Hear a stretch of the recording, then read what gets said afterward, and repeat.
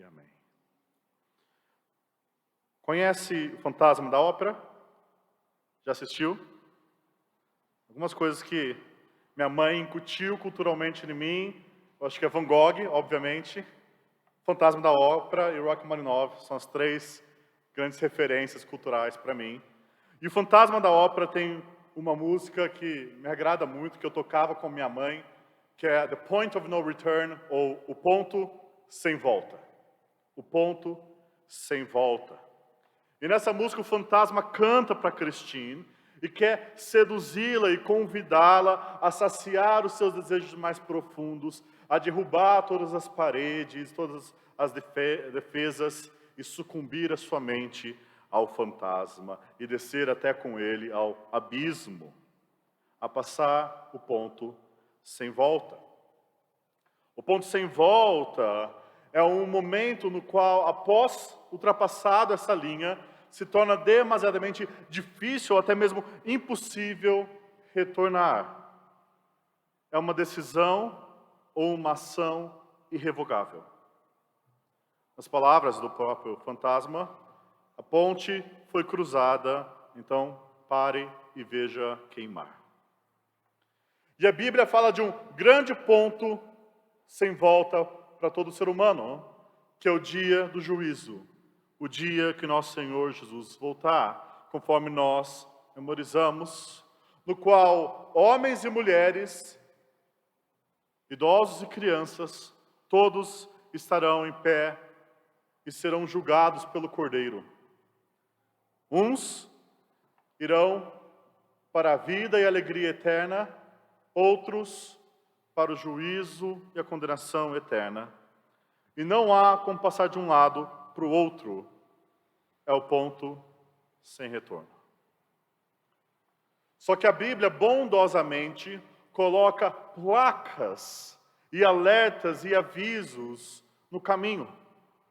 No caminho estreito da vida, tem vários encorajamentos, vários confortos para aqueles que estão na vereda da justiça. Mas, na estrada sinuosa da perdição, a Bíblia nos coloca vários alertas, vários avisos contra o desfiladeiro do pecado. E a pergunta para nós hoje é: estamos atentando aos avisos? Será que observamos o outdoor imenso que a Bíblia nos coloca? Que o apóstolo João nos coloca em 1 João 5,13. Abra sua Bíblia em 1 João 5,13. Nosso texto de hoje. O apóstolo vai colocar uma grande placa de encorajamento no caminho para a vida e um grande aviso sobre o pecado para a morte. 1 João 5,13. Veja os versículos 13 a 15. Estas coisas vos escrevi, a fim de saberdes que tendes a vida eterna, a vós outros que credes em o nome do Filho de Deus. E esta é a confiança que temos para com Ele, que se pedirmos alguma coisa, segundo a sua vontade, Ele nos ouve. E se sabemos que Ele nos ouve, quanto ao que lhe pedimos, estamos certos de que obtemos os pedidos que lhe temos feito. E esta é a confiança. Confiança aqui é um termo que carrega a ideia de coragem, ousadia, intrepidez, destemor. Nós falamos nas mensagens anteriores sobre o amor que lança fora todo medo, que nos dá ousadia. E João usa esse termo confiança 4 vezes em sua carta sobre 2 assuntos. No capítulo 2, versículo 28, e no capítulo 4, versículo 17, ele fala sobre que aqueles que permanecem em Cristo e permanecem no amor podem ter confiança no dia do juízo, de que eles não serão envergonhados. No capítulo 3, versículo 21, e aqui em 5,14, ele nos ensina que aqueles que guardam os mandamentos, que pedem segundo a vontade de Deus, podem ter a confiança de que receberão o que pedem. As duas grandes ênfases pastorais, eu diria, do apóstolo João nessa epístola. 1 João é escrito porque tem vários hereges separatistas que queriam desviar os filhinhos da fé e da verdade. Então ele trabalha doutrinas importantes, ele mostra qual que é o verdadeiro Cristo, a verdadeira fé, o verdadeiro cristão. Ele mostra como o verdadeiro amor é a marca do cristão e a verdadeira fé no verdadeiro Cristo. Mas em tudo isso, o alvo de 1 João não é que nós fiquemos oprimidos e será que eu sou ou não sou um verdadeiro crente? O alvo pastoral de João, do apóstolo, é para que saibais, para que tenhais confiança. Confiança nesses dois grandes confortos, que no dia do juízo nós não seremos envergonhados, mas estaremos com Cristo. E que no dia da oração, se orarmos segundo a vontade de Deus, Ele nos ouve. Se nós estamos em Cristo, amados, se o amor de Cristo entrou em nosso coração e é frutificado em amor pelo próximo, nós podemos ter a firme confiança de que nós somos amados por Deus e de que o Pai nos quer consigo. Que naquele dia o Pai vai nos chamar para si e nos dar a vida eterna. E esse doce conforto nos ajuda a lutar contra as dificuldades dessa vida. Porque nós sabemos que mesmo se sofrermos, mesmo entre as misérias desta vida, nós temos em Cristo vida eterna. E que se tudo aqui der errado, tudo lá vai dar certo. E que se matarem o nosso corpo, por sermos corajosos por Cristo, não podem tocar a nossa alma. Quem crê no Filho tem a vida. Essa ousadia nos ajuda a abandonar os negócios dessa vida e servir aquele que nos arregimentou. Esse foco nos ajuda a abandonarmos as vaidades deste mundo e sermos cativos e enamorados por aquele que nos salvou. Quem tem o Filho tem a vida. Você tem essa confiança? Você tem essa segurança em sua vida? Essa foi a grande ênfase que nós trouxemos na mensagem anterior. E agora João transiciona para a próxima confiança, que é a confiança na oração. O mesmo Pai que nos chamará para si no dia do juízo, nos chama hoje para si, para a sala do trono, para a oração. E esse texto nos ajuda a derrubar algumas das barreiras da oração e nos dá um guia para a oração correta. Ele ajuda a derrubar algumas barreiras. Primeira, a barreira da timidez. Daqueles que talvez fiquem constrangidos de chegar até Deus e orar. Daqueles que talvez pensem, Deus tem coisas mais importantes do que a minha vida para se preocupar. Do que aqueles que pensem, essas coisas são pequenas demais para eu pedir para o meu Pai que está nos céus. Para aqueles que sentem, por que eu vou pedir se eu não vou receber? Você já parou para pensar que interessante que é que boa parte, se não quase a maioria dos ensinos sobre oração de Cristo é um grande encorajamento para ore. Pedir e dar-se-vos-á. Buscar e achareis. Bater e abrir-se-vos-á. Jesus nos convida à oração para um Pai que nos ouve, para um Pai que dá boas dádivas, para um Pai que não nos dará pedra se nós pedirmos pão. Então ore.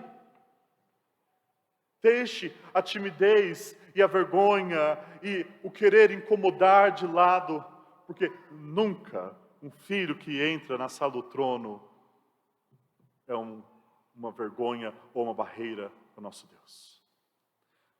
Jesus nos diz em João 16, 24, pedi e recebereis para que a vossa alegria seja completa. É um convite para nos alegrarmos em Deus por meio da oração. Mas também derruba a barreira do orgulho. Porque a verdade é que muitos de nós não oramos, inclusive esse pecador aqui, porque nós achamos que damos conta. Nós achamos que conseguimos tocar a nossa vida. Nós achamos que nós somos capazes de guiar o nosso passo, sendo que nem esse ar que você respira agora, você consegue garantir. O convite a pedir é um convite a reconhecer que nós somos completamente dependentes de Deus. Que fazer planos para amanhã só fazem sentido se orarmos, se assim o Senhor quiser, porque nós não sabemos o que é a nossa vida. Não passa de erva que murcha. Então, quando pedimos, nós reconhecemos, Ele é quem nos dá. E isso quebra o nosso orgulho. E quando nós recebemos o que pedimos, isso também quebra o nosso orgulho, porque nos leva à gratidão. É Deus que nos deu. Tira o mérito de achar que nós conseguimos as coisas pelo nosso próprio esforço, nosso próprio mérito, nossa própria inteligência, nossa própria perspicácia. Essa ênfase na oração também derruba a barreira da negligência. Todos nós precisamos orar mais. Muitas vezes nós somos negligentes, porque nós não entendemos que é o Rei dos Reis que nos chamou à sala do trono. Se qualquer rei o chamasse à sala do trono, você iria. Mas quando é o Rei dos Reis, nós hesitamos. É o nosso Pai que nos chama, amados. É o Pai que te ama, que te chama à mesa da oração, para saciar-se nele e tudo que Ele é em Cristo Jesus por nós. João 16, 26, 27, Jesus ensina, naquele dia pedireis em meu nome, e não vos digo que rogarei ao Pai por vós, porque o próprio Pai vos ama, visto que me tendes amado e tendes crido que eu vim da parte de Deus. Jesus fala, vocês vão orar, e naquele dia, eu não preciso vir aqui rogar para vocês, vocês podem orar, porque o mesmo Pai que me amou, agora ama vocês, porque vocês creem em mim. Então vem orar, porque o Pai te ama. E também derruba a barreira da confusão, a barreira de não saber se nós oramos e pedimos as coisas, já que Deus é soberano. Nós muitas vezes temos um entendimento incorreto sobre a vontade e sobre a soberania de Deus. E muitas vezes nós ficamos paralisados. Será que eu peço isso? Será que isso está na vontade de Deus? Mas eu não sei qual é a vontade secreta de Deus. E não é para você saber, é por isso que ela é secreta. Deus não chama você para saber qual é a vontade soberana dele, é dele. Deus chama você para orar.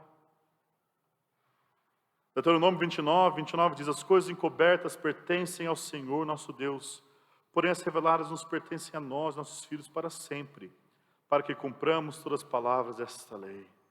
Vontades ocultas, se está ou não naquilo que Deus, na sua providência, determinou, pertence a Deus. A vontade revelada de Deus para nós é pedir. Pedir, porque o Deus que é soberano, soberanamente abençoou a oração como um meio da soberania e providência dele agir na terra. A soberania de Deus não é uma barreira para a oração. A soberania de Deus é que faz orar ter sentido. Por que você oraria para um Deus impotente? Você ora para um Deus soberano que pode garantir que Ele pode dar o que Ele deseja. O Deus soberano decretou meios para agir, e um desses meios pelo qual Ele age na igreja, em nossas vidas, é a oração. Mas, e se não for a vontade de Deus que eu seja curado dessa doença? E se não for a vontade de Deus que isso ou aquilo aconteça? Então aprendamos com Jesus. Jesus, ora, seja feita a tua vontade, não a minha. Mas antes do que Jesus ora, Pai, se possível, passa de mim este cálice. Nosso próprio Senhor não chega em oração começando dizendo, Senhor, faça sua vontade. Mas apresenta a vontade dEle. Senhor, se possível, passe de mim esse cálice. Ele não ora só uma, mas ora duas. E ora 3 vezes. Luta com Deus em oração. Naquele jardim. E luta diante do cenário da sua morte próxima. E a oração é justamente o meio de Deus de conformar Cristo à sua missão, ao qual ele esteve sempre disposto. Vejamos com Paulo. Senhor, tira de mim este espinho. Tira de mim essa dor. Tira de mim esse entrave. E ele ora uma. Ele ora 2. E ele ora 3 vezes e persevera em oração. E Deus vem e o ensina, a minha graça te basta. Só que você quer pular direto para lá. Quer pular direto para a graça te basta. Sem entender que a oração é a forma que ou Deus vai te responder, ou vai te conformar que a graça te basta. Porque Deus sempre vai responder a sua oração. Ele pode dar o que você quer, ou pode dar o que você precisa. Então ore, amados, porque a oração é um convite do Pai à mesa. E aqui o nosso texto também direciona a nossa petição, nos dizendo a orar segundo a sua vontade. E essa vontade aqui não é a vontade soberana de Deus, é a vontade revelada de Deus, aquilo que Deus nos instruiu a como viver. Nós devemos tomar cuidado para não pedir mal. Tiago diz, nada tendes porque não pedis. Então começa aí, peça e você terá. Mas pedis e não recebeis, porque pedis mal para esbanjardes em vossos prazeres. Para esbanjardes em vossos prazeres. A petição egoísta não é atendida. Porque Deus vai responder com o que você precisa, não com o que você quer. Mas a oração segundo a vontade de Deus, e no contexto de 1 João, a oração que é guiada pelo amor, por Deus e pelo próximo, essa oração Deus presta atenção. Essa oração nós sabemos que se Ele nos ouve, então receberemos. É aquela oração que Jesus faz, e que Jesus sabe que Ele veio fazer a vontade de Deus e que este é o pão, esta é a comida, que consiste em fazer a vontade daquele que me enviou e realizar a sua obra. A oração que Deus responde é a oração que vem em nós e vai para fora. Não que a gente não possa orar por coisas da sua casa, por coisas da sua vida, da sua família, mas guie essas orações pelo amor. Porque você quer uma casa nova. Como eu fui ensinado recentemente, para poder ministrar e receber para mais pessoas. Porque talvez você precise de um carro novo. Talvez ir para a igreja. Isso já é um bom pedido. Para ajudar outros irmãos. Porque eu preciso de um emprego melhor. Para ser mais generoso. Existem formas do amor guiar as nossas orações para as nossas necessidades. Só que nós precisamos pautar a bússola dos nossos desejos, da nossa oração, pelo amor. Deixa o amor ser a bússola da sua oração, e dificilmente você vai errar na sua petição. E mesmo que não seja aquilo que Deus vai te dar agora, Ele vai responder a sua oração com aquilo que você precisa agora. Então, como Hebreus nos encoraja, acheguemos-nos, portanto, confiadamente junto ao trono da graça, a fim de recebermos misericórdia e acharmos graça para socorro em ocasião oportuna. E João continua então sobre o tema da oração, os versículos 16 e 17. Se alguém vir seu irmão cometer pecado, não para a morte, pedirá, e Deus lhe dará vida aos que pecam, aos que não pecam para a morte. Há pecado para a morte, e por esses não digo que rogue. Toda injustiça é pecado, e há pecado não para a morte. Esse é mais um daqueles textos que nós lemos e, João, ajuda aqui a gente, apóstolo. O que você quer dizer com isso? Começamos com a parte fácil. João aplica o ensino sobre oração ousada, confiante, a orar pelo irmão que está em pecado. E meu irmão, como nós precisamos aprender isso? Como eu disse, Deus é soberano. Ele vai garantir que todos os seus santos e seus filhos cheguem à glória. Mas Deus soberanamente decretou que uma das formas dos seus santos perseverarem é através da oração dos seus irmãos. Uma das formas de eu chegar lá é você orar por mim. Uma das formas de vocês chegarem lá é eu orar por vocês. A conversão pode ser pessoal. A caminhada na fé nunca é solitária. É uma caminhada em comunhão, em comunidade. Deus decretou que a oração dos seus santos fossem um meio para a perseverança dos seus filhos. Isso é sério, irmãos. É sério pensar isso. Deus nos deu essa responsabilidade. E ser membro desta igreja é entender essa responsabilidade.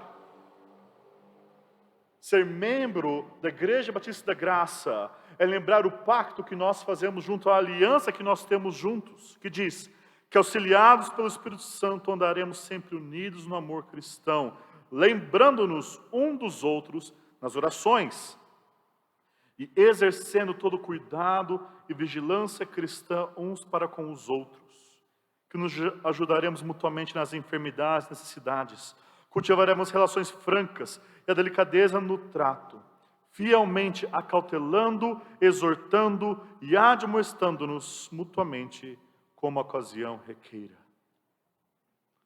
Parte de ser membro dessa igreja, das responsabilidades que você coloca lá no seu checklist de membro, é que você é responsável por zelar pela fé de todos os membros dessa igreja. Se o irmão abandona a igreja e não está vindo no culto, responsabilidade de todo o corpo, sentir a falta daquele irmão e buscá-lo. Se o irmão está sendo enganado pelo pecado, responsabilidade de cada um de nós admoestá-lo em amor. E nós falhamos nisso. Eu falho nisso. Mas nós precisamos ver aquilo que a palavra de Deus nos exorta a fazer. Hebreus 3 vai nos dizer: tende cuidado, irmãos, jamais aconteça haver em qualquer de vós perverso coração de incredulidade, que vos afaste do Deus vivo. Pelo contrário, exortai-vos mutuamente cada dia durante o tempo que se chama hoje, a fim de que nenhum de vós seja endurecido pelo engano do pecado. Amados, o pecado, ele é enganoso, ele dá justificativas para falar que está tudo bem você pecar, e ele leva a gente a cair no engano e tapar os olhos e não perceber que a gente está indo para o caminho da perdição. E Deus falou: filhos meus, eu levantei vocês para ajudar um ao outro contra o engano do pecado. Uma das principais formas que você pode fazer isso é orando. É entendendo seriamente o seu papel como intercessor pelo corpo. A orar por aqueles que não estão frequentando o culto. A perceber aqueles que estão enganados pelo pecado, buscando as vaidades desta vida, seduzidos pelas coisas deste mundo, e admoestá-los em amor. É vir na reunião de membresia e prestar atenção para a nossa lista de cuidados, para que você possa interceder por aqueles nomes. Entendamos todos, amados, que a Bíblia coloca essa responsabilidade não só nos pastores. Você não pode delegar o mandamento que Cristo te deu. Você não pode dizer, eu não preciso fazer isso. Os pastores fazem isso. Todos nós somos chamados a fazer isso. E isso é ainda mais evidenciado no fato de sermos uma igreja batista, congregacionalista. Nós todos votamos o membro adentro. Nós todos dizemos, você tem a fé correta e vive de forma condizente. E agora você vai se juntar a nós e nós vamos zelar por sua fé e você vai zelar por nossa fé. É isso, toda vez que você vota sim, é o que você está falando. Nós precisamos levar a sério esse ministério da intercessão. Mas há pecados que levam à morte. E eu não digo que por esses orem. João aqui não é bem categórico. Fala, não ore. Mas João fala que não necessariamente você precisa orar por esses. E esse é o grande desafio. O que é esse pecado que leva à morte eterna? O que nós fazemos quando chegamos a um texto que parece difícil? Você lembra da mensagem anterior? Nós vamos em círculos concêntricos. Nós começamos no contexto imediato, vamos para o livro, vamos para as obras do autor, vamos para o testamento em que está o escrito, e então para a Bíblia como um todo. Ou seja, se nós queremos saber o que João quer dizer por pecado para a morte, precisamos procurar primeiro em 1 João, e depois nos escritos de João, o que é pecado para a morte. E daí você vai lá e procura na internet, pecado para a morte, no seu app da Bíblia, e aparece só 1 João 5. Ok, e agora? Daí você procura na Bíblia inteira, pecado para a morte. Também não tem, só tem aqui em 1 João 5. Ok, João, o que nós fazemos? Bom, vamos tentar procurar pecado. Daí você começa a ver o que João ensina sobre pecado, sobre morte, vida e perdão. E daí você encontra uns versículos que parecem contradizer o que ele está dizendo aqui. 1 João 7 e depois o 9 diz, se porém andarmos na luz como ele está na luz, manteremos comunhão uns com os outros, e o sangue do seu Filho nos purifica de todo o pecado. Todo o pecado. 1 João 1,9. Se confessarmos nosso pecado, ele é fiel e justo para nos perdoar os pecados e nos purificar de toda injustiça. Calma aí, João. Todo pecado pode ser perdoado pelo sangue de Cristo. Toda injustiça pode ser perdoada se confessarmos. Mas tem pecado para a morte. Aí você começa a pensar, o que está no pano de fundo de 1 João? O que João estava lidando contra? E daí a gente lembra que a gente viu, que é um resumo ótimo dos hereges separatistas, que a gente está por um pano de fundo de 1 João. Eles afirmavam que Jesus veio com água e não por meio da água e do sangue. Ok? Todos lembram? Todos lembram que é água e sangue? Se você não lembra, veja a mensagem anterior. Mas a água é o ministério de Jesus de ser batizado e batizar outros no Espírito. É o ministério de Cristo como aquele que nos traz o Espírito. E sangue é o ministério de Cristo morrendo pelos nossos pecados na cruz. Aqueles sectários, hereges, eles afirmavam que Jesus veio só com o ministério do Espírito e negavam a encarnação e, portanto, negavam a cruz também. Negavam a expiação, negavam o perdão dos pecados. Se é o sangue de Cristo que pode nos perdoar, se confessarmos, todo pecado pode ser perdoado. Se você nega justamente o sangue de Cristo, que perdão tem?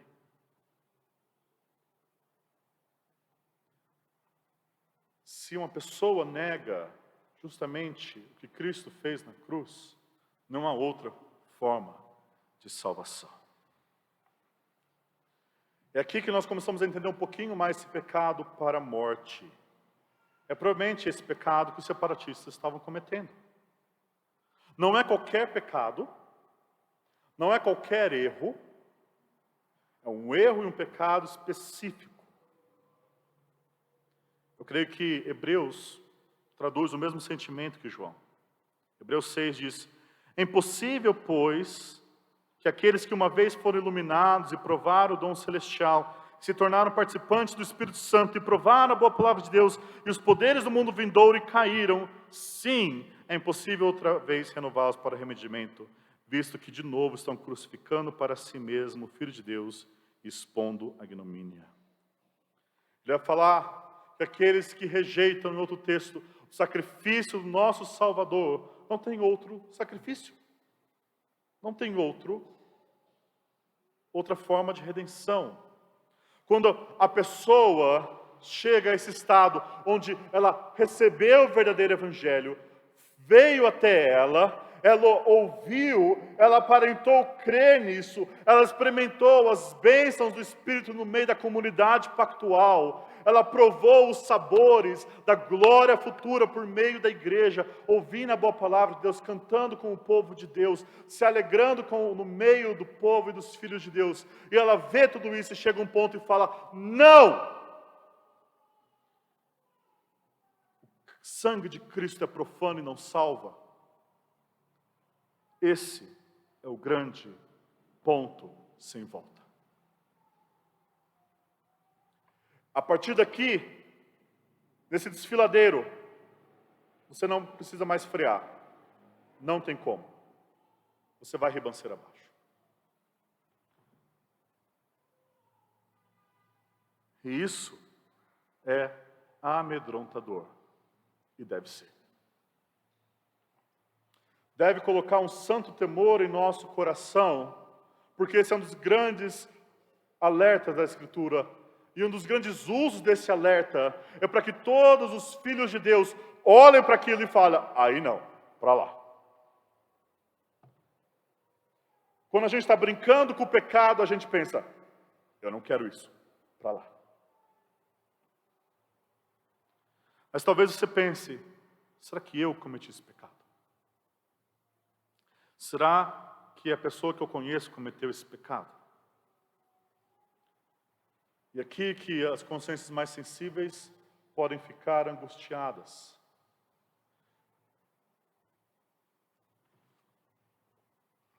Você confessa que Jesus encarnou e morreu pelos pecados?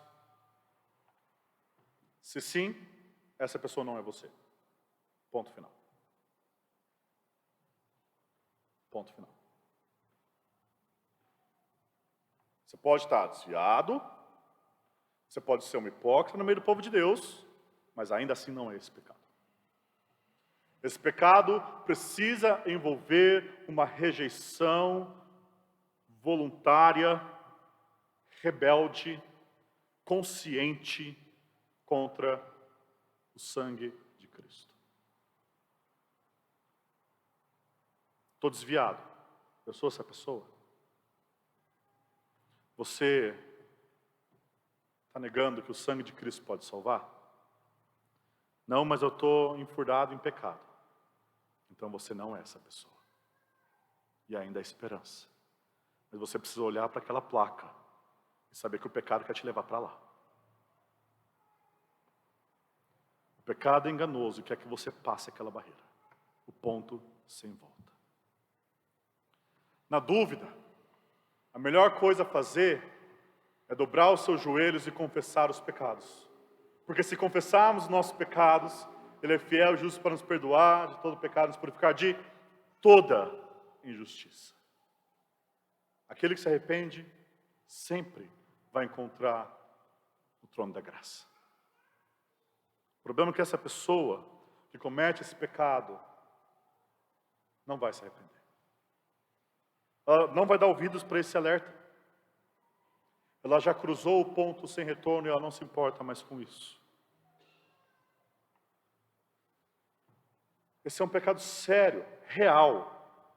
mas que nós devemos ter muito cuidado em atribuir esse pecado a si mesmo e a outros.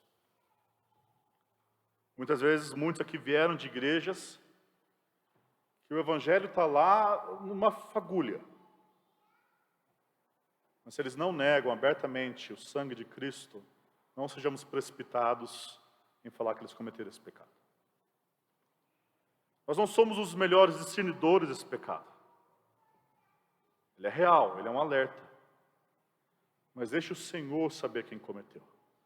Cabe a nós não descobrir por que a torre caiu naqueles, mas nos arrepender dos nossos pecados. Davi cometeu adultério, levou ao assassinato de um soldado dele. E ainda assim ele encontrou arrependimento. Esse alerta, amados, é um alerta real que precisa nos levar à oração. E esse é o ponto que nós precisamos ver. Esse é o grande alerta. Nós temos um alerta aqui sobre o pecado para a morte, cuidado. E nós temos alertas aqui, avisos, mensagens de conforto e ânimo falando: ore, que o Pai te ouve. Corra nessa direção, firmado em Cristo e no amor de Cristo, que no dia do juízo você não vai ser envergonhado. Então esse é um chamado para todos nós.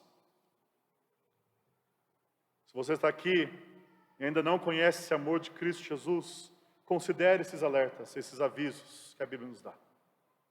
Considere o perigo do pecado que nos leva à perdição. Considere as promessas de vida eterna em Cristo Jesus. E se arrependa do seu pecado e creia. Todos nós devemos viver isso dia a dia. Se somos membros dessa igreja, não deixemos de orar um pelos outros. Porque muito pode a oração de um justo. Vamos orar? Senhor, nós temos irmãos, membros de nossa igreja, que talvez estão em pecado, enganados pelo pecado, buscando as coisas deste mundo. E, Senhor, agora nós queremos interceder por eles, e clamar, Senhor, e queremos fazer isso não só hoje, mas durante a semana, nominalmente. E queremos nos dispor a orar e amá-los e trazê-los de volta, mas queremos agora interceder por eles como igreja. Senhor, traga-os de volta. Usa, Senhor, as orações dos seus santos, as palavras dos seus filhos, para resgatá-los do engano do pecado. Que aqueles, Senhor, entre nós que estão com o coração frio, sejam despertados, Senhor, confortados com a esperança da vida eterna, atraídos pelo privilégio da oração. Que aqueles que estão, Senhor, duvidosos de sua salvação, possam encontrar ânimo e conforto, que aquele que tem o Filho tem a vida. E, Senhor, se há entre nós aqueles que não têm fé genuína, não permita nunca que eles passem esse ponto sem retorno. Mas usa essas pregações, as mensagens, as orações, os cânticos para despertá-los, Senhor, de sua hipocrisia. E abraçarem a Cristo como seu único e suficiente Salvador e Senhor. Nós oramos isso em Cristo Jesus. Amém.